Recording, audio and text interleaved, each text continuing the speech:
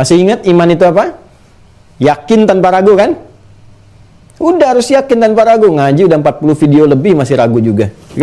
Nggak boleh, harus yakin tanpa ragu. Ya. Udah, kalau kita sudah merasakan, jadikan Allah dan Rasul yang paling utama. Ya.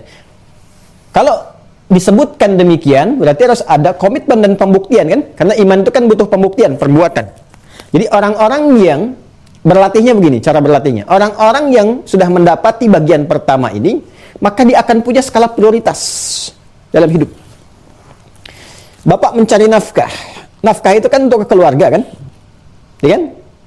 Karena itu sikap Anda kepada keluarga, kepada anak, kepada istri akan berbeda dengan sikap kepada orang di sekitaran Anda, baik tetangga, teman, atau bahkan sahabat. Ada prioritas. Prioritas ini muncul karena apa? Karena cinta.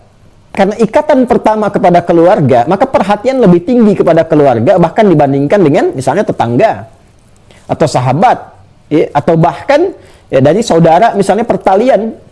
Ya, Anda punya kakak, punya adik dan seterusnya. Ya, tapi saat bersamaan Anda punya anak, punya istri misalnya, atau istri ada suami dan sebagainya, dan perhatian kan lebih tinggi kan? Ya, kepada jalur yang terdekat dulu di keluarga. Kenapa? Karena cinta. Jadi orang yang mencintai, dia punya prioritas perhatian. Dan perhatian itu akan berwujud berupa perilaku, respon, tindakan. Anak Anda sakit, Anda pulang dari kantor. Sakit nih kan, Anda kejar tuh, pulang. Dicek, apalagi kalau ada berita sudah diinfus dan sebagainya, Anda hentikan pekerjaan di kantor, Anda cek anak Anda kan. Anda katakan kepada pimpinan, izin Pak, anak saya ini masuk rumah sakit.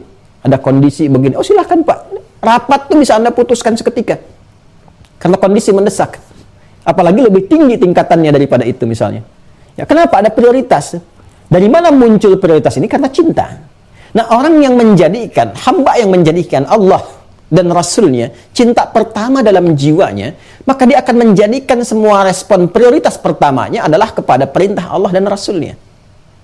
Ya, dia tidak akan mungkin mengikuti pekerjaan yang saat yang sama menempatkan prioritas cinta kepada Allah itu di urutan yang selanjutnya. Dia akan mencari pekerjaan yang menjadikan itu bahkan mensupport cintanya kepada Allah dan Rasulnya. Contoh, Allah perintahkan untuk sholat. Itu bukti kepatuhan kita, sekaligus cinta kita kepada Allah. Dan cinta kita kepada Allah caranya mengikuti Rasul. In kuntum tuhibbunallaha fattabi'uni. Ikuti Nabi, ikuti bimbingannya, ya kan? Maka ketika dia tahu dia diperintahkan untuk sholat, dan dia menyadari sholat pun itu feedbacknya kembali manfaatnya pada dirinya, maka dia tidak akan pernah mencari pekerjaan yang bisa mengabaikan sholat dia kepada Allah. Jadi nggak ada istilahnya cari kerja yang bisa melonggarkan sholat, cari kerja yang membuat dia nggak sholat, apalagi gitu. Apalagi yang demikian, nggak mungkin dia cari demikian. Kenapa? Karena dia menempatkan Allah di atas segalanya. Dia menempatkan Rasul di atas segalanya.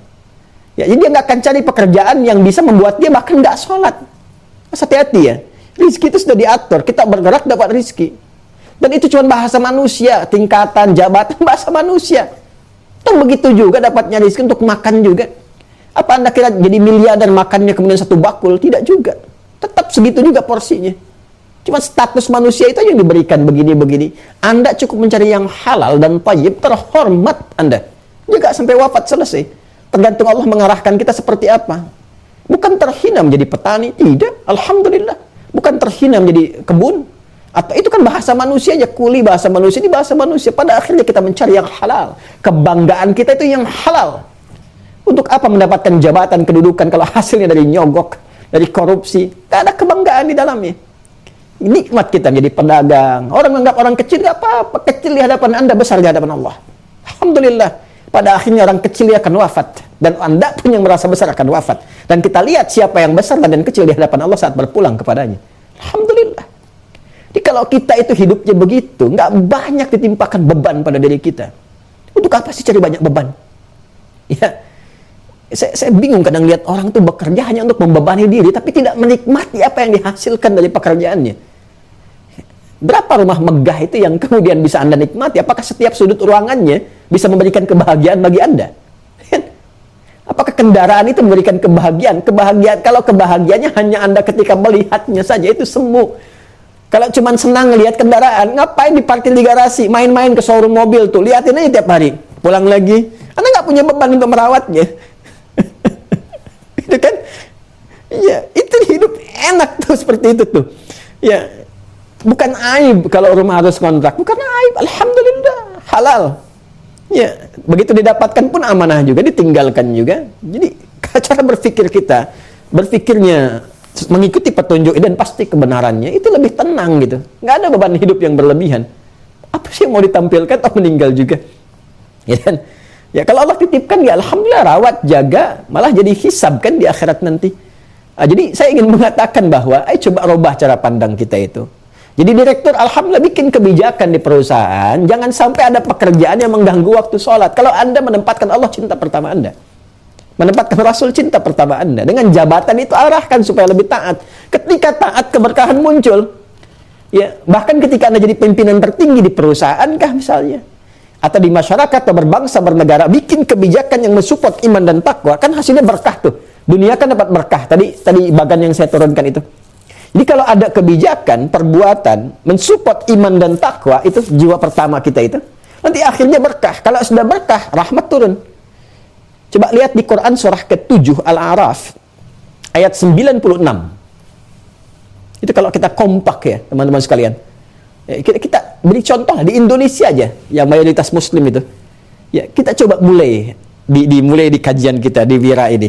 Ya, kita konsisten ikuti ini. Coba lihat ayatnya. Walau anna ahlal qura amanu iman wattaqau taqwa la fatahna 'alaihim barakatim minas sama'i wal ardh. Kalaulah satu penghuni itu, satu tempat. Qura itu jamak dari qaryah. Qaryah jadi qura. Ya, kalau kita ambil negara lah, itu satu negara. Desa bentuk jadi negara, bangsa. Skala kecilnya di kabupaten kan banyak desa itu. Kabupaten. Ya kalau belum bisa senegara, kabupaten A, kabupaten B, provinsi A, provinsi B. Coba kasih contoh, kalau nggak percaya ini, kasih contoh. Walaupun kita harus melewati ujian. Ujian itu pasti ada. Dan nggak usah takut dicela, karena kita pun nggak bebas dari celaan. Ya kata para ulama, hanya orang kurang sehat jiwanya yang nggak mau dicela. Kita itu pasti dicela, Pak. Nggak pengen dicela pun pasti dicela. Jadi menghindari celaan itu nggak ada guna. Orang baik, kalau Anda saleh, pasti akan dicela oleh orang salah.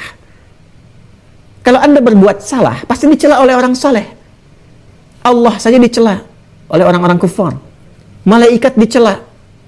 Ya, coba lihat. Nabi dicela, dihina, dituduh penyihir, dukun, santet, penipu, pembohong, macam-macam. Sahabat dicela, tabi'in dicela, ulama dicela. Kita Tuhan bukan, malaikat bukan, Rasul bukan, Nabi bukan, sahabat bukan, tabi'in bukan, ulama belum sempurna, atau bahkan bukan. Terus gak mau dicela, kita siapa?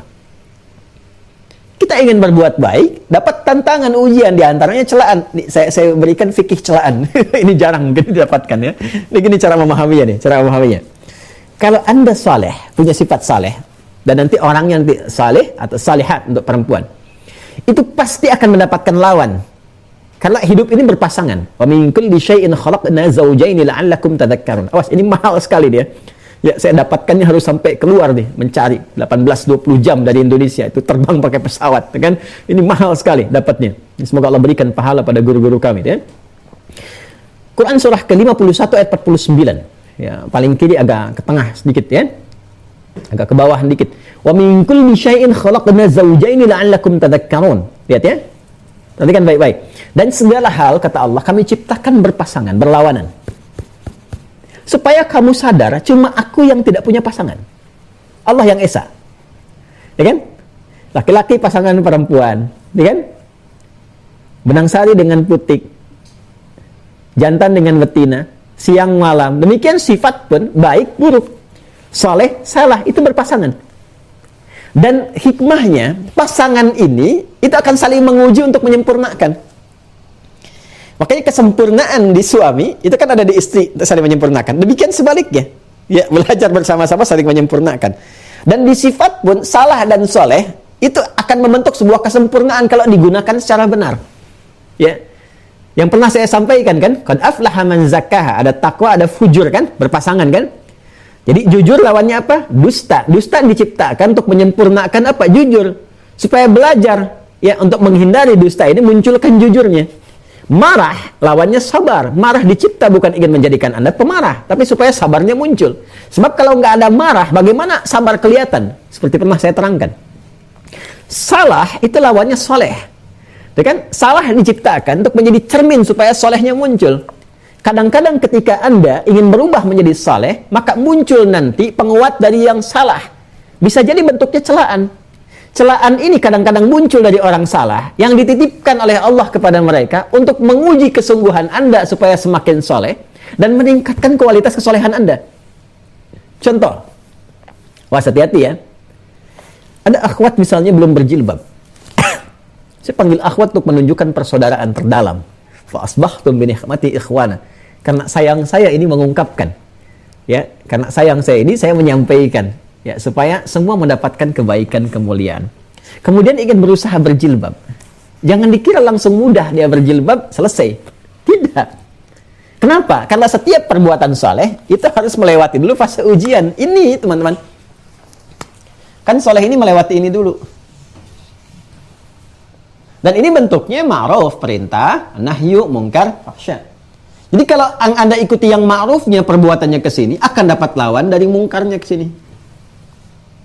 Ketika Anda mulai berjilbab, maka teman Anda akan mulai memunculkan sebuah kesan.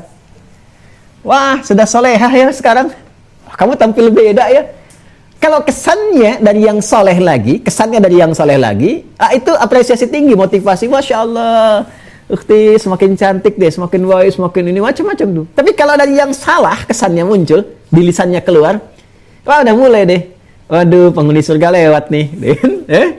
Waduh, solehah lewat nih, gitu kan. Kayaknya udah gak sama kita lagi nih, gitu kan. Udah berbeda nih. Udah macam-macam lah, itu istilahnya yang sekarang-sekarang muncul banyak lah. Macam-macam. Kan? Cara memaknainya bagaimana? Ketika keluar dari lisan itu, keluar dari yang salah dan bentuknya celaan kepada Anda, jangan dipahami sebagai celaan. Jika Anda berubah menjadi saleh dan keluar kemudian pandangan, ya penilaian dari orang yang salah dengan kalimat-kalimat yang salah misalnya, itu sesungguhnya penguatan pada diri Anda bahwa pada saat yang bersamaan Allah telah menetapkan Anda menjadi saleh. Karena lawan itu mengonfirmasi yang lainnya. Ya, lawan mengonfirmasi yang lainnya. Marah mengonfirmasi adanya sabar. Dusta mengonfirmasi adanya jujur. Salah mengonfirmasi adanya soleh. Jadi ketika orang salah memberikan celaan kepada Anda, salah itu kan mencela lawannya. Nggak mungkin memuji lawan, tapi mencelanya. Kalaupun dia memunculkan kalimat yang baik, itu nadanya sindiran. Tetap ada unsur salahnya, karena dari yang salah ini keluarnya negatif, nggak mungkin positif. Jelas ya? Jadi ketika keluar dari yang salah atas kesolehan Anda, itu sebetulnya konfirmasi kesolehan Anda. Bukan celaan yang ditujukan kepada Anda. Jadi jangan marah kalau dicela oleh orang salah. Ya, kecuali kalau porsinya, misalnya porsi-porsi yang tertentu secara proporsional sudah melanggar hak-hak yang lain misalnya, bukan pada diri Anda. Ya kalau dicela secara pribadi nggak apa-apa, nggak usah marah. Itu penetapan kebaikan. Ya, tapi kalau dicela agama Anda, Quran Anda, Tuhan Anda, Rasul Anda, muncul kita gejolak, girah namanya, mendidih darah rasanya, gitu kan? Bangsa Anda, negara Anda, negara kita dilecehkan, di luar kita bangkit membela. Masa iman Anda dilecehkan, Anda diam saja? Nah, itu girahnya harus muncul. Jadi kalau ada yang mengatakan solehah, gitu kan, pada Anda yang sudah berjilbab, ya, itu artinya Allah menetapkan pada diri Anda sudah berubah jadi lebih baik. Alhamdulillah. Aduh, saya tetap kok, ya nama saya masih Catherine, bukan solehah. Ini hanya berubah aja untuk lebih baik. Ya, Anda misalnya udah ada mulai ke masjid, tadinya kumpul-kumpul, sudah mulai ke masjid. Waduh, Pak Soleh, kemana nih? Saya masih Asep kok, bukan Soleh. Ini coba aja menjadi lebih baik, siapa tahu bermanfaat, ya kan? Udah, tiap hari begitu muncul. Apapun namanya. Demikian cara menyikapinya, teman-teman sekalian. Jadi, tempatkan Allah dan Rasul itu pada tempat yang pertama. Cinta pertama kita dalam jiwa. Kalau itu sudah ada, nanti hasilnya akan terlihat. Seperti Bilal itu loh. Ya, yang dicambuk, ahad. Setelah itu apa? Ya, setelah berpeluh-peluh lelah, itu kan setiap lelahnya ada pahalanya. Mohon maaf ya, mohon maaf sekali. Ya, orang lain pun sama, lelah juga. Apa Anda pikir yang tidak beriman lelah? Lelah, sama lelahnya.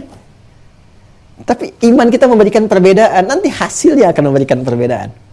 Ya, mereka bekerja, kita bekerja. Mereka berusaha, kita berusaha. Tapi ketika Anda berusaha dengan iman, nanti hasilnya akan beda. Coba lihat akhirnya. Ya, Kan sekarang orang bikin tagline, ya kebahagiaan itu di akhirnya gitu kan. Ya coba lihat pakai apa tuh kalau mau hakiki pakai iman. Jelas ya? Jadi saya ingin katakan bahwa ayo mulai dulu sampai Anda merasakan kenikmatannya, sampai mendapatkan halawah itu. Nanti kalau sudah dapat halawahnya, nggak terekspresikan, nikmat.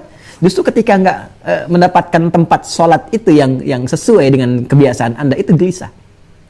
Nikmat sholat fardu memburu sholat sunnah. Begitu ketinggalan sholat sunnah, bisa gelisah, nangis-nangis Anda. Ya, ada orang yang ketinggalan tahajud, terlambat dikit aja menjelang subuh dia bangun, nangis-nangis sampai dia tutup dengan amalan apa supaya mengganti tahajudnya semalam. Padahal sunnah hukumnya. Ya, dia bangun kesiangan hari Senin, nangis-nangis dia, ya Allah, kok terlambat saya bangun Senin ini, saya nggak puasa. Ya kan? Ada perasaan begitu. Tapi nanti kalau fikihnya udah banyak, udah dalam, dia tenang lagi, ganti lagi dengan yang lain, amal lain. Dia nikmati, jadi semua. Nanti kalau sudah ini dapat ya halawah itu, nanti muncul lagi apresiasi, ajaban li amril mu'min. Udah mengagumkan semua perbuatan orang beriman. Kalau ini ada tahapannya lagi, sudah dapat halawah, nanti ada satu sikap yang luar biasa. Jadi semua sama dalam pandangan dia, nggak ada yang menyakiti. Ya, di ketika ada musibah berduka dia sabar, dia dapat suka dia syukur. Ini yang pertama, tempatkan Allah dan Rasul. Jadi mulai sekarang implementasinya coba ya. Saya tes dikit aja ya. Bapak Ibu menyayangi anak itu karena Allah dan Rasul atau karena sayang kepada anak? Anda menyayangi suami atau suami menyayangi istri karena Anda sayang atau karena Anda mencintai Allah dan Rasul? Cintai Allah dan Rasul. Coba lihat. Kalau Anda memang menempatkan cinta Allah dan Rasul yang pertama dalam merawat anak Anda, sekarang tes di mana dia ditempatkan di sekolahnya. Jangan-jangan Anda sekolahkan dia di tempat yang justru tidak mendekatkan anak Anda dengan Allah dan Rasulnya. Saya mau tanya, di sekolah itu diajarkan sholat nggak? Diajarkan baca Quran nggak? Diajarkan mencintai Nabi-Nya nggak? Anda mau kejar dunia, ayo kejar sampai seujung-ujungnya. Saya cuma mau kasih info aja, yang ngejar dunia jangankan Anda, yang belum beriman pun kejar dunia juga. Lantas apa perbedaan iman Anda dengan orang-orang belum beriman? Ya, silahkan jadi insinyur, jadi arsitek, ya, jadi pejabat yang tertingginya, cita-cita yang tinggi, tapi saat bersamaan hadirkan cinta Allah yang paling utama, maka Anda akan menjadikan anak Anda itu berkualitas di masa depan. Kita merindukan ada presiden, gubernur, bupati, ahli Quran, kan? Masa sih 200 sekian juta mayoritas umat Islam nggak ada satupun yang bisa mencetak seperti itu? Harus ada. Pebisnis yang kaya-kaya itu, ya, masa nggak ada sih konglomerat muslim yang beriman yang betul-betul, yang takwa, yang saleh? Karena kalau sudah takwa, saleh, keberkahan turun. Ya, la fatahna alaihim barakatin minas sama'i wal ardh. Coba lihat orang-orang saleh tuh. Ya, silakan, demi Allah saya katakan, keluarkan sekarang list database para pejabat, konglomerat dan sebagainya. Sekarang cek yang paling sesuai dengan ini, silahkan lihat bagaimana sikapnya. Demi Allah saya katakan, pasti baik, kebijakannya baik, kalau berbagi dia baik. Guru-guru kalau sesuai dengan ini, silahkan cek. Kelembutannya, perhatiannya, kemuliaannya, kebaikannya. Nggak ada orang kalau beriman bertakwa itu yang buruk tuh nggak ada, pasti baik. Di rumah tangga baik, ke anak-anak baik. Itu cinta Allah dan Rasulnya. Walaupun pasti ya awalnya ada tantangan. Kita akan banyak ujian. Ya, jadi silahkan lihat di anak-anak, di suami, di istri. Ini bagian pertama. Kalau sudah yang pertama itu muncul, nanti terus ke yang kedua. Lanjut, naik tingkatnya. Apa itu? Maka akan muncul pancaran nanti. Ya, apa pancarannya? Wa an yuhibbal mar'a. Tadi kan cara bacanya. Ya. Wa an yuhibbal mar'a la yuhibbuhu illa lillah. Kalau itu sudah muncul, maka dampaknya yang terjadi adalah dia tidak akan mencintai siapapun atau bersikap apapun dengan cinta di sekitarannya kecuali karena Allah, mahabbahnya karena Allah. Ya. Yang kedua, saya terjemahkan tekstual dulu ya. Wa an yuhibbal mar'a, dan dia mencintai siapapun la yuhibbuhu illa lillah, karena cintanya kepada Allah. Dan dia mencintai siapapun karena cintanya kepada Allah. Maksudnya apa? Dasar mencintai kepada makhluk, memberikan perhatian. Kalau cinta kan sudah pasti memberikan perhatian. Ya. Kalau cinta itu sudah pasti, turunannya memberikan perhatian. Kita mencintai anak, ya, mencintai istri, istri mencintai suami, dan sebaliknya mencintai orang tua, pasti memberikan perhatian. Kasih sayang, dan turunan-turunan lainnya. Ya. Nah ini sikap cinta yang dibangun oleh insan bertakwa, insan beriman yang mendapati halawatul iman, maka dia tidak menjadikan keluar cinta itu dalam bentuk perhatian, kasih sayang dan sebagainya ke sekitarannya, kecuali dasarnya karena cintanya kepada Allah. Ya. Karena cintanya kepada Allah. Jadi basic pertamanya tetap menempatkan cinta pertamanya Allah. Ya. Tadi yang saya katakan, apakah Anda mencintai pasangan karena Allah atau hanya karena cinta saja? Kalau Anda cinta kepada Allah, maka Anda akan menjaga. Suami cinta kepada istrinya, ya, untuk mematuhi cintanya kepada Allah, dia akan jaga. Auratnya jangan sampai diumbar kemana-mana. Ya, dia akan jaga. Jangan sampai tampil aurat terbuka. Kenapa? Karena Allah perintahkan. Bukan karena harus tampil di hadapannya saja. Bukan. Karena Allah yang perintahkan. Kalau nggak perintahkan, nggak akan dia lakukan. Ya. Jangan dipertontonkan kemana-mana, kan? Dan sebagainya. Proporsional dilihatnya. Tadi, cintanya kepada anak menjadikan dia mengasuh anak dengan baik, memberikan pendidikan yang terbaik, menjaga dengan mulia. Supaya apa? Allah ridha. Ditempatkan di sekolah-sekolah yang menjadikan dia dekat dengan Allah. Ya, pada akhirnya meninggal juga kok, Pak. Tapi kan bukan cuma meninggal, akan ditanya. Istri Anda amanah, anak Anda amanah, suami Anda amanah. Itu kan? Dan amanah itu, setiap amanah pasti akan dipertanggungjawabkan. Demikian, kepada teman juga begitu. Ya, perhatian kepada teman. Jadi dia pun kalau misalnya, mohon maaf ya, dia meminta sesuatu, mengarahkan pada sesuatu, menjauhkan pada sesuatu, karena memang dasar pertamanya Allah yang meridainya. Ya, Anda tidak suka kalau teman-teman Anda misalnya datang ke tempat-tempat maksiat. Ya, karena Allah melarangnya. Karena Anda mencintai orang itu, maka Anda akan merefleksikan cinta kepada orang itu dengan dasar cinta Anda kepada Allah. Oh, saya khawatir kalau di akhirat berpisah dengan dia. Saya khawatir kalau dia nggak dapat berkahnya dari Allah. Maka cinta kepada Allah itu yang menjadikan Anda menghentikan dia, jangan datanglah ke sana lah. Ya, nggak apa-apa. Soleh dengan tindakan bukan urusan kamu. Itu hubungan kita dengan Allah. Ya, bukan begitu juga. Benar apa yang kamu sampaikan. Kita kan sedikit-sedikit mengalah untuk naik lagi. Benar. Tapi saya khawatir satu aja. Kalau nanti ada apa-apa terjadi di sana, saya tidak punya kemampuan untuk bisa membantu kamu. Tuh kan? Selama ini kan kita sudah saling bantu, saling tolong, saling macam-macam. Jangan sampai terpisahkan dalam suasana yang tidak baik dan seterusnya. Pelan-pelan. Ya. Nah, itulah perhatian-perhatian itu teman-teman sekalian. Jadi bantu pun karena Allah, sayang pun karena Allah, perhatikan pun karena Allah. Sama guru juga mengajar itu, coba lihat. Ini nggak mudah loh. Ya, termasuk kami makanya saya sering minta doa, ya tolong doakan ikhlas. Karena itu kualitas ilmu itu akan terasa berbeda. Jadi kalau mengajar seorang guru, orientasinya, kalau dulu tuh nggak ada popularitas yang seperti sekarang media sosial, ya subscriber, viewers, dan sebagainya gitu ya. Walaupun dulu kesan-kesan itu ada godaan, kesan dapat jamaah yang kemarin saya ceritakan di kitab Al-Um itu kan ada, ya, dan seterusnya. Ya itulah pengaruh-pengaruh, jangan dikira aman, belum tentu aman. Ya, minta didoakan ya, minta doakan. Dan itu akan terasa kualitas ilmunya. Orang yang hanya mencari materi, ridha manusia, itu bisa merubah fatwa. Terus terasa kalimatnya. Coba Anda perhatikan deh, jajarkan ya. Tausiah dan sebagainya. Itu bisa kelihatan. Di rasa kita, kalau kita punya rasa keimanan yang terukur, itu punya rasa. Firasatul mu'min haqqa. Firasat orang beriman itu nyata adanya. Dibimbing oleh Allah Subhanahu wa taala. Dia Anda merasakan kalau ada kalimat-kalimat begini, ini bukan mengalir di hatinya itu. Ya, itu orientasinya ada yang ke materi misalnya, ada yang popularitas, ada yang macam-macam. Tapi kalau dia bening nyampaikan, ya terasa ke dalam jiwa itu ada sentuhan yang tajam, menghunjam. Ya, dan dari situ ada dorongan kita untuk terus bertambah, mendalami, mengamalkan dan sebagainya. Asal nggak salah jalur aja. Nah, ini gambarannya teman-teman. Jadi guru pun demikian. Murid juga belajar seperti itu. Kalau Anda benar lillah, nanti Allah yang tanamkan. Makanya takwa dengan ilmu itu menyatu. Buka di Quran surah kedua, Al-Baqarah. Di akhir ayat 282. Ini sering sekali saya sampaikan. Dan biasanya kalau kita tanya para ulama yang saleh, itu jawabannya serupa.